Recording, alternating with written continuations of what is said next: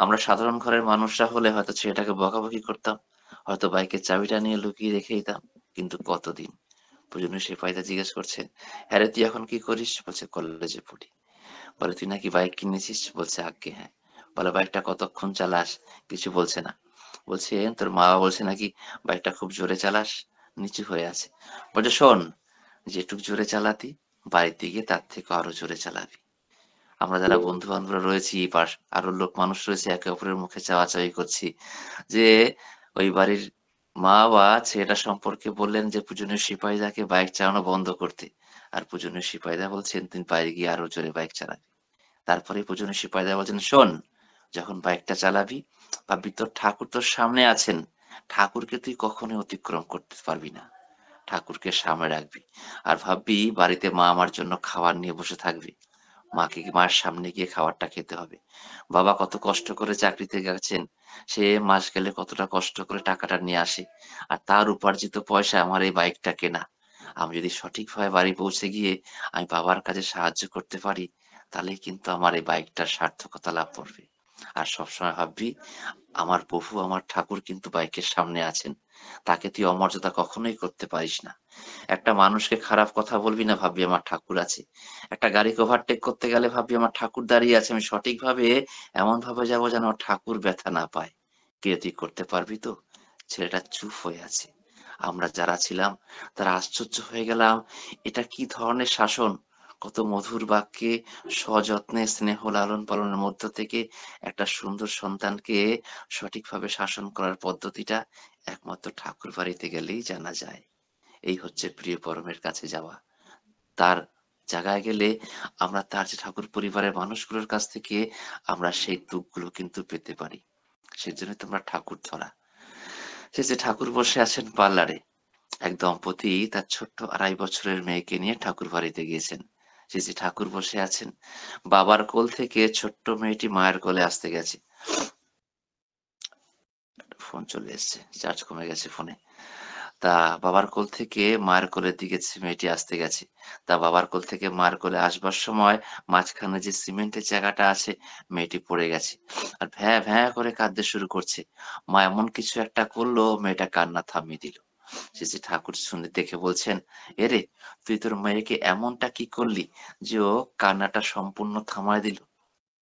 মেয়েটির মা বলছে, ঠাকুর ওর বাবার কোল থেকে আমার কোলে আসতে গেছে, এই মাঝখানে যে সানের মেঝেটা আছে এখানেও আছাড় খেয়ে পড়েছে, আর ভ্যাঁ ভ্যাঁ করে ও কাঁদতে লেগেছে।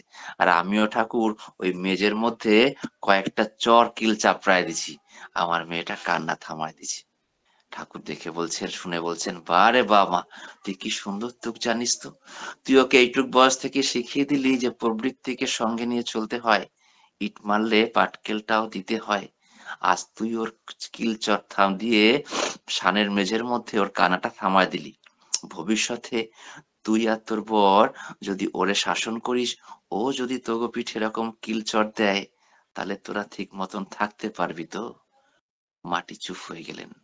বলছেন, ঠাকুর তাহলে আমার কি করা উচিত ছিল? শেষে ঠাকুর বলছেন, মেয়েটিকে বলবি মাথার উপর পরমপিতা আছে, তাকে বল আমাকে তুমি টেনে ধরো। আর আমরা যে মা বাবা আছি, তুই আমাদের গায়ের উপরে ভর রেখে ভর রেখে উঠতে শেখ। তাহলে তোদের প্রতিও সন্তানের একটা সমবেদনা বাড়বে। আর তোদেরও ভবিষ্যতের ঠিকানা কখনো ফুটপাত বা বৃদ্ধাশ্রম হতে হবে না। ও দেখবি তোকে লতার মতন অবলম্বন করছে। আস্তে আস্তে ও পরম পিতাকে লতার মতন অবলম্বন করতে পারবে। সত্যিই তাই। আমরা সত্যানুসরণে পড়ি, তুমি লতার সহ অবলম্বন করো। আমার ঠাকুরও কিন্তু সেটাই বললেন।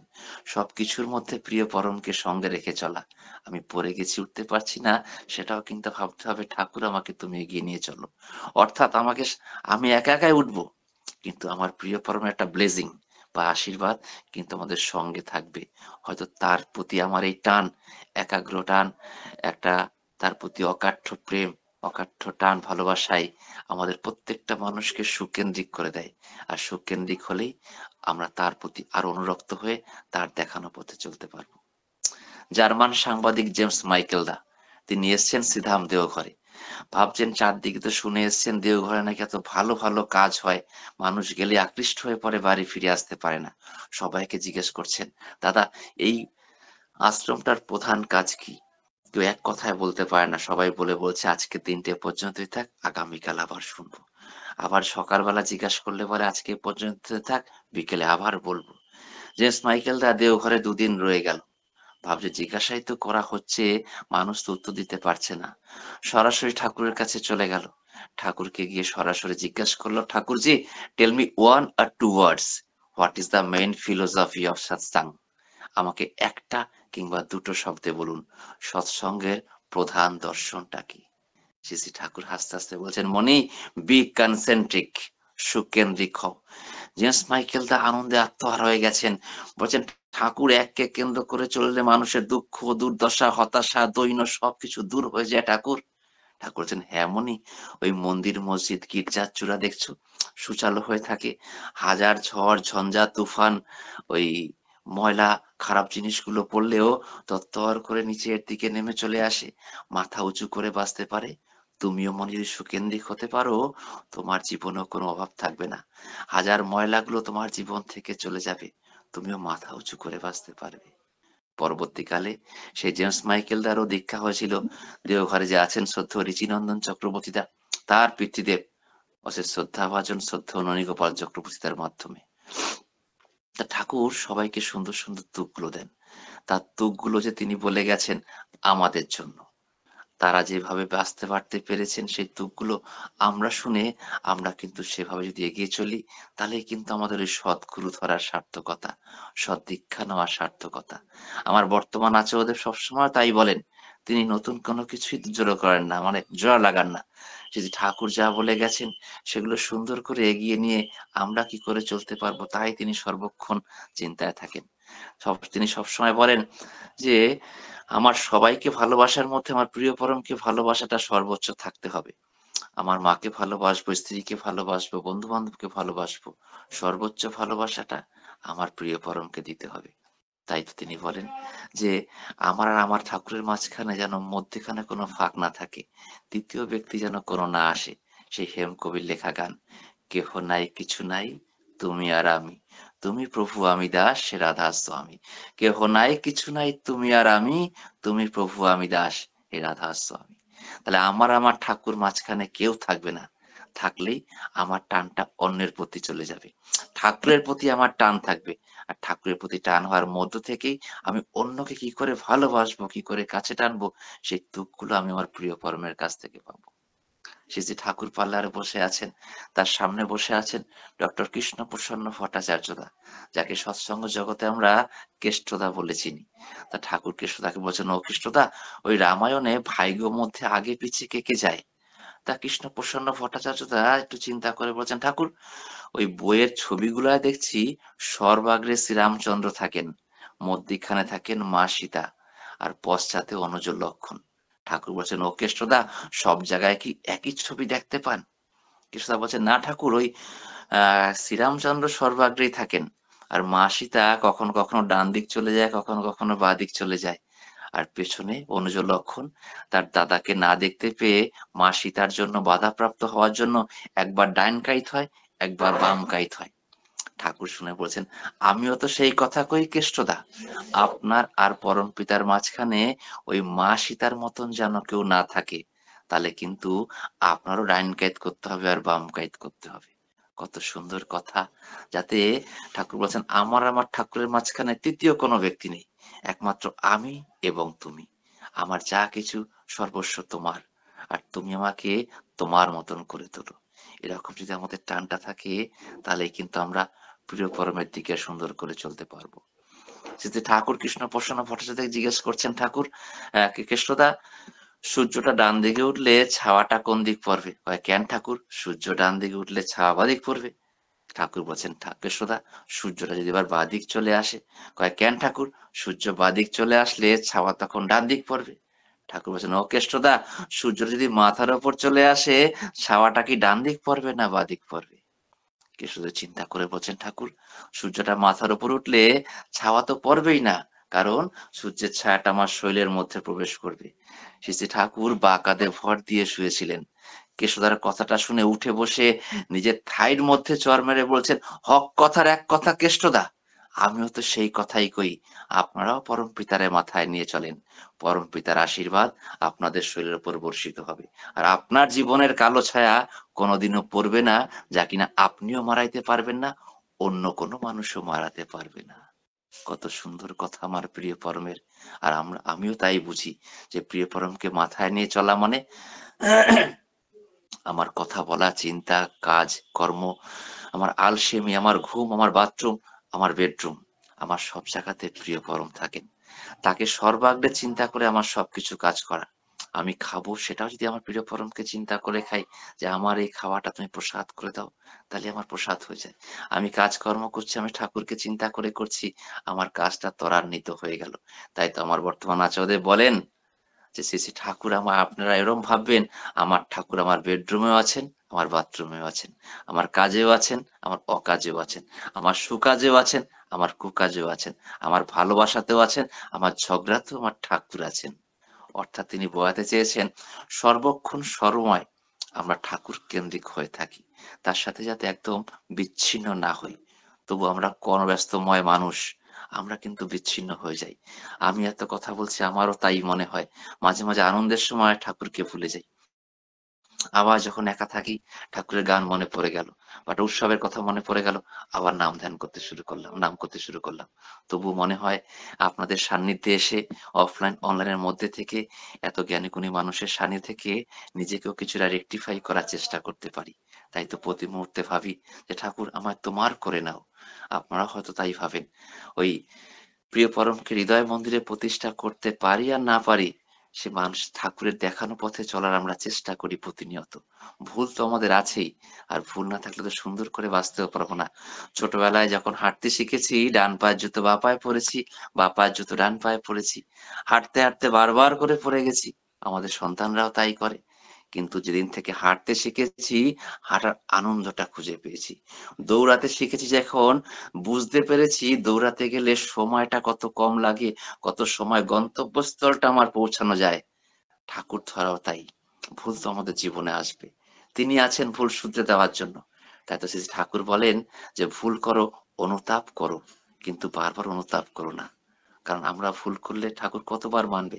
ওই অনেকে সস্তই নেয়, ব্রেক করে দেয়, আবার দেখি একটা হবিষ্যান্ন করে দেয়। আর এবার সেরকম সিস্টেম থাকলে তো হতে পারতই, আজকে বিয়ে বাড়িতে গিয়ে চব্বচস্য খেয়ে এসে পরদিন হবিষ্যান্ন করে আবার সেই একই কাজ। তা তো বাবা হবে না। মানুষ ভুলেই যায় ঠাকুর কেন খাদ্যাভ্যাসটাকে চেঞ্জ করতে বলেছেন। আমার দয়াল ঠাকুর কখনোই বলেননি শুক্রবার করে নিরামিষ খেতে, সারা জীবন নিরামিষ খেতে। তিনি আমিষে খেলে কি কি খারাপগুলো হয়, আর নিরামিষ খেলে কি কি ভালো হয়, তাই তিনি বলে গেছেন মাত্র দুটো কথায়, মাছ মাংস খাস নে আর পেঁয়াজ রসুন মাদক ছাড়। কত সুন্দর করে কথা।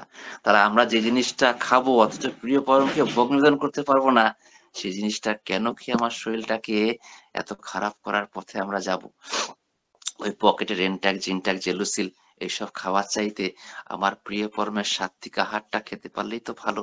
আর আমি আমার বাড়ির কচি কাচাদেরও তাই শেখাবো, দেখ ঠাকুর কিন্তু এগুলো ভালোবাসতেন, তা ঠাকুর ভালোবাসো মানে আমি ভালোবাসি, আর তুইও ঠাকুরকে ভালোবাসিস, তাই তুই এগুলো শিখবি। সেই বাচ্চাটা হয়তো ঠক্কর খেতে খেতে একদিন সেও আমাকে ভুলটা ধরিয়ে দেবে, যে তুমি যে এই জিনিসটা বাজার থেকে চিপসের প্যাকেটটা কিনছো, পেছনে দেখো ইনগ্রিডিয়েন্টসটা কি কি আছে।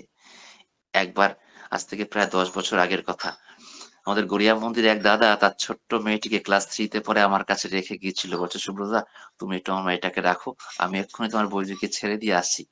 ওর নাম ছিল নেহা। এখন মেয়েটা ক্লাস 11 না 12 পরে এইচএস দেবে। তা ওকে আমি বলছিলাম চল নেহা, আর এই চিপস কিনে আনি। তো ও আমার একটা চোখ খুলে দিয়েছিল, সে 2015 সালের কথা না 14 সালের কথা। ও বলছে আঙ্কেল তুমি যে চিপসটা কিনবে পেছনে দেখো অনিয়ন ডাস্ট আছে নাকি। আমি ভাবলাম সত্যিই তাই। ওই যে লেজের যে চিজগুলো থাকে আমরা কখনো দেখি না। তো ওর কথা মতন বেশ দেখতে দেখতে যেটা সবুজ কালার আছে তার মধ্যে কিন্তু অনিয়ন ডাস্টটা নেই, ইয়েলোটার মধ্যেও নেই। তাহলে এগুলো কিন্তু ওই সব বাচ্চাটির কাছ থেকে আমার শেখা। শেখা তো সবার কাছ থেকে হতে পারে, কারণ ওর মা বাবার সস্তায় নেই, ও কিন্তু মা বাবার কাছ থেকে শিখছে যে আমার ঠাকুর কি ভালোবাসে। তাই কিন্তু আমার মধ্যেও কিন্তু সে আরেকটা চোখ খুলে দিল। এভাবে সন্তানরা যখন বলে ফলে ওঠে, কত সুন্দর মনে হয় যে ওই সন্তানটা তার মা বাবার কাছ থেকে ঠাকুর ধরে সার্থকতা পেয়েছে। তখন মনে হয় সে মানুষটা যদি ঠাকুরকে তার সন্তানের মধ্যে প্রতিষ্ঠা করতে পারে, আমি আমার পরিবারের কচি-কাচার মধ্যে, পাড়া প্রতিবেশীর মধ্যে কেন করতে পারবো না? যে যেমন উপায় তেমন ভাবে করতে পারে। তাই শ্রী শ্রী বরদা বলে গেছেন, সৎসঙ্গী তারাই, সরি বরদা না, শ্রী শ্রী ঠাকুর তার অষ্টাদশ খণ্ডে যখন সুশীল বসুদা একটা কাজ করতে করতে বলে উঠছে, ঠাকুর চিন্তা করবেন আমরা সৎসঙ্গীরাই করে দেব। ঠাকুর বলছেন, ও সুশীল বসুদা, কোন সৎসঙ্গী হওয়ার চেষ্টা করছি মাত্র, হয়ে উঠতে পুরো পারেন নাই। সুশীল বসুদা চুপ হয়ে গেল।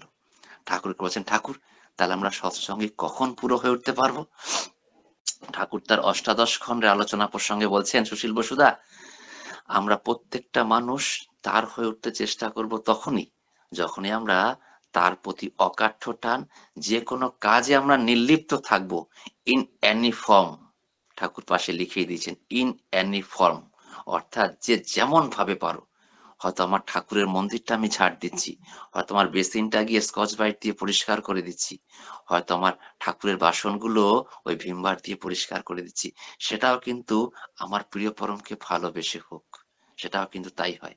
তাই মাঝে মাঝে আমিও মন্দিরে যাই, ওই বলতে লাগেন আমরা কয়েকটা বন্ধু মিলে আছি, যাই হোক বলছি না, আমরাও কিন্তু বিভিন্ন কাজ, বাথরুম, সিঙ্ক, যে টয়লেট গুলো আছে পরিষ্কার করি, ভাবি থাক হাজার তো বাজে দিকে সময় নষ্ট করি, প্রভুর দেওয়ার সময় তার থেকে কিছুটা ধার নিয়ে প্রিয় পরমের কাছে গেলে মনে হয় আমার সার্থক, মানে আমার প্রিয় পরমের সার্থকতা, আমার দীক্ষা নেওয়া সার্থক হয়ে উঠবে। তা যে আমরা যে সকল সৎসঙ্গীরা, ঠাকুর বলছেন সৎসঙ্গীদের একটা মানে সঙ্গটা একটা প্রধান ব্যাপার। এটা তিনি বলছেন 12তম খণ্ডে। আমি কদিন আগেই লাইব্রেরিতে গিয়ে পড়ছিলাম। তা বলছেন সৎসঙ্গীদের সঙ্গটা একটা প্রধান বিষয়। পঞ্চনীতি পরিপালন করলেও সঙ্গটা সঠিক মতন না হতে পারলে আমরা সৎসঙ্গী নাই। সত্যিই তাই। আমরা সকলেই জানি ওই কৌরবরা সঙ্গ করতেন কার? মামা শকুনির। আর পঞ্চপাণ্ডব কার সঙ্গ করতেন? পুরুষোত্তম শ্রীকৃষ্ণ। আমরাই দেখতে পাচ্ছি তারা শ্রীকৃষ্ণকে সঙ্গ করে কত সুন্দর এগিয়ে চলছে। আর দুর্যোধন দুঃশাসনরা ওই মামা শকুনির সঙ্গ করে তারা কিনা কত নিপাতে চলে গেছে। গুরু ধরে চলা। কুরুক্ষেত্রের যুদ্ধ শেষ হয়ে গেছে। পুরুষোত্তম শ্রীকৃষ্ণ সারথি হয়ে আছেন অর্জুনের রথে, আমরা সকলেই জানি। পঞ্চপাণ্ডব একসাথে মিলে ফিরছে। শ্রীকৃষ্ণ বলছেন, হে পার্থ, রথ থেকে অবতরণ করো। অর্জুন ভাবছে যাওয়ার সময় শ্রীকৃষ্ণ দুবার মাঝখানে বাধা দিয়ে দাঁড় করিয়েছে। ওই রথের ওপরে মহাকালের পতাকা, হনুমানজির পতাকা লাগিয়ে সময় নষ্ট করেছে। এখন যুদ্ধ দিয়ে বাড়ি ফিরছি জয়ী হয়ে, আর শ্রীকৃষ্ণ খালি বলছেন রথ থামাতে। পুরুষোত্তম শ্রীকৃষ্ণ আবার বলছেন, হে অর্জুন, রথ থেকে অবতরণ করো। অর্জুন কিছুতেই নামছেন না। তা অর্জুন পেছন ঘুরে তাকালেন যুধিষ্ঠিরের দিকে, তার জ্যেষ্ঠ ভ্রাতা। যুধিষ্ঠির চোখে ইশারায় করলেন নামতে। অর্জুন নামলেন না, রথ এগিয়ে চলছে। পুরুষোত্তম শ্রীকৃষ্ণ আরো একবার বললেন, হে পার্থ, রথ থেকে অবতরণ করো। রাজি হলেন। 5টা রথ থেমে গেল। যুধিষ্ঠির, ভীম, অর্জুন, নকুল, সহদেব এক এক করে পঞ্চ পাণ্ডব রথ থেকে নেমে গেলেন। অনেকটা দূরে চলে গেলেন। পুরুষোত্তম শ্রীকৃষ্ণ রথ থেকে নেমে গেলেন। বেশ খানিকটা সময় পর রথটা ব্লাস্ট হয়ে গেল, সিনেমা যেরকম দেখায়। পঞ্চপাণ্ডব পিছন ফিরে দেখে 5টা রথ দাউ দাউ দাউ দাউ করে জ্বলছে। তারা শ্রীকৃষ্ণের কাছে চলে এলেন, বলছেন, প্রভু আপনি, আমার মোবাইলটা 2% চার্জ আছে, আমি ভিডিওটা বন্ধ করে দিচ্ছি। প্রভু আপনি সঠিক সময় আমাদের রথ থেকে নামতে বলেছেন, তাই আমরা কিন্তু বেঁচে গেলাম এই যাত্রায়। শ্রীকৃষ্ণ শুনে বলছেন, হে পঞ্চপাণ্ডব, তোমাদের রথটা আগুন ধরে গেছে যুদ্ধক্ষেত্রেই। মহামতি ভীষ্ম এবং বিদুর তোমাদের ব্রহ্মাস্ত্র মেরেছিল, আর আমি যেখানে তোমাদের সাথে আছি তোমাদের কোনো বিনাশ নাই, তোমাদের ক্ষতি করতে কখনোই পারে না, তাই তোমাদের নামতে বলেছিলাম। পঞ্চপাণ্ডব বুঝতে পারলো গুরু ধরে চলার কি সার্থকতা, গুরুকে সঙ্গে নিয়ে কাছে রেখে চলার কি সার্থকতা, বাঁচার কি সার্থকতা। তাই আমরাও এভাবে কিন্তু এগিয়ে চলবো। তা আমরা গুরু ধরেছি, তাকে সর্বক্ষণ সঙ্গে নিয়ে আমরা চলার চেষ্টা করব। আমার মোবাইলে প্রায় 2% চার্জ চলে এসছে, আমিও বেরোবো 8টা নাগাদ। যাই হোক, আমার শ্রদ্ধ দাদা সময় দিয়েছিল 8টা পর্যন্ত, আমি তার আগেই আমি ছাড়বো। যাই হোক, আমরা তাকে ধরেছি, তার কথা বিধিবিধান মানা ছাড়া অন্য কোনো কিছু করার নাই। আমরা আচার্য নির্দেশ পালন করব, আর আচার্য নির্দেশ পরিপালন করার মধ্য দিয়েই আমাদের বাঁচাবার আর সার্থকতা কিন্তু আমরা পাবো। ওই গতকাল ছিল শ্রী শ্রী দাদার প্রয়াণ দিবস। তা আমরা অনেক অনেক জায়গায় সৎসঙ্গ করেছি। উৎসবের সময় এসছে, এখন আমরা উৎসমুখী হয়ে চলবো। আমরা ঠাকুর পরিবারের প্রত্যেক মানুষকে যেমন প্রণম্য, আমরা সেই উৎসবের মধ্য থেকেও আমরা সেই ঠাকুরকে আবার ভাবনা চিন্তায় ফিরিয়ে আনবো। তাই তো শ্রী দাদা বলতেন, উৎসব মানে তাই যে তা ভজন ভোজন যাজন দীক্ষা অবাধ করে তাই। উৎসব মানে তাই যেখানে ভজন ভোজন যাজন দীক্ষা অবাধ করে তাই। তাহলে আমরা তখনই মানে সার্থকতা উৎসবটাকে আমরা পাবো যেখানে আমার ভজনা থাকবে, আমার ভোজন থাকবে, আর যাজন দীক্ষা থাকবে। ভজনা থাকবে কার? আমার ঠাকুরের। আর ভোজন তো থাকবেই, আনন্দবাজারের প্রসাদ গ্রহণ। আর যজন দীক্ষা, সেখানেও কিনা আমি আমার প্রিয় পরমের কথা পরিবেশন করব, কারণ আমার ঠাকুরের দয়ার কথা আমি সর্বক্ষণ পরিবেশন করব। তাহলে কিন্তু আমারও সেই পঞ্চনীতি পরিপালনের একটা নীতি, মানে যজন, তারপর যাজন কিন্তু সার্থক হয়ে গেল। দুমকা ঠাকুর বাড়ি থেকে এসছেন বেশ কিছু দাদারা মায়েরা, তারা উৎসব সম্পর্কে ঠাকুরের কাছে জানতে চান যে ঠাকুর, উৎসবের প্রধান কাজটা কি কি। যে ঠাকুর বলছেন, কেন উৎসবের কাজ উৎসের দিকে ধাওয়া, সে উৎসের দিকে যাওয়া লাগে। আজ ভাবি সত্যিই তাই। শ্রী শ্রী ঠাকুরের মহাপ্রাণের পর তার জ্যেষ্ঠ আত্মজ শ্রী শ্রী পিতৃদেব, তার ইচ্ছা ছিল 108টা শ্রীমন্দির প্রতিষ্ঠা হবে। আর তিনি চলে যাওয়ার পর আজ আমরা দাঁড়িয়ে দেখতে পাই সারা বিশ্বে 108-এর কত গুণ যে শ্রীমন্দির তৈরি হয়েছে, তার কোনো ইয়ত্তা নেই। তার পরবর্তীতে এলেন শ্রী শ্রী দাদা, তিনি 3.5 কোটি দীক্ষা দেওয়ার ব্যবস্থা করলেন। বললেন এটা 10 কোটি দিয়ে যাওয়া ভালো না, সরি 10 কোটি দীক্ষা দেওয়া, ঠাকুর বলে গেছিলেন 3.5 কোটি। তা তিনি সেই দীক্ষা দিবস পালন করলেন, শুরু করলেন। আমরা 3 মাস অন্তর অন্তর দীক্ষা দিবস পালনের মধ্য থেকে প্রভু চরণ প্রান্তে মানুষকে নিয়ে যেতাম। তিনিও চলে গেলেন, আসলেন বর্তমান আচার্যদেব। তিনি সেই পুরনো মানুষগুলোকে নিয়ে আসার প্রয়াস তৈরি করলেন পূজনীয় অবিন্দার হাত ধরে। দীক্ষাপত্র সংশোধনের কাজের মধ্য দিয়ে সে মানুষগুলোকে ইষ্টমুখী চরণে আমরা আনতে পারবো, সেই প্রয়াস তিনি আমাদের তৈরি করে দিলেন। আজ আমরা সেই ডিপি ওয়ার্কস করছি, যজন করছি, যাজন করছি, সে কিন্তু উৎসের দিকে ফিরে যাচ্ছি। আমরা সেই উৎস, সেই যজন যাজন নিষ্ঠপ্রীতি সস্তনী সদাচার। যে ঠাকুরের সামনে এক মা বসে আছেন, ঠাকুর বলছেন, এ পুষ্পমা, তুই খালি কাঁদস কেন রে? পুষ্পমা বলছেন, কেন ঠাকুর, আপনি জানেন না উনি চলে যাওয়ার পর আমার কেউ নাই? বলে, তোর বন্ধুও নাই? কয়, না ঠাকুর, বন্ধুও নাই। ঠাকুর বলছেন নিজের দিকে দেখিয়ে, আমার মতন একজন থাকতে তুই আবার বন্ধুরে হাত চাস কেন? পুষ্পমা চুপ হয়ে গেলেন। বলে, ঠাকুর তাহলে আমার কি করব? কয়, আমি আছি, তুই আমার কথা কবি। কয়, পঞ্চনীতি পালবি ঠাকুরের। বা ঠাকুরের যজন যাজন ইষ্টভীতি শক্ত কথা, আমি অত বুঝি না। ঠাকুর হাসতে হাসতে বলছেন, এ পুষ্পমা, তুই ভাবতে পারস তো? কয়, হ্যাঁ ঠাকুর, ভাবতে পারি। কয়, কি ভাববি? কয়, ঠাকুর আমি জানি না। কয়, আমারে তুই ভাববি। কয়, তুই বলতে পারস তো? করতে পারস তো? বলে, হ্যাঁ ঠাকুর, করতে পারি। তা কি করবি? কয়, তুই তোর উপার্জিত অর্থের থেকে তুই ইষ্টভীতি করবি। মাঝখানে একটা জিনিস বাদ দিলাম মনে হয়, ভাবাটা। আগে বলছিল তুই ঠাকুরকে জানার চেষ্টা করবি, তুই আমারে জানবি। কয়, হ্যাঁ আচ্ছা ঠাকুর। তারপর যদি বলতে পারোস তো? বয়, হ্যাঁ ঠাকুর, বলতে পারি। কয়, তুই আমার কথা বলবি, আর উপার্জিত অর্থের থেকে তুই আমারে কিছু দিবি। ব্যস্ত যজন যাজন ইষ্টভীতি হয়ে গেল। জানা মানে যাজন, করা মানে হচ্ছে, বলা মানে হচ্ছে যজন, আর করা মানে হচ্ছে ইষ্টভীতি।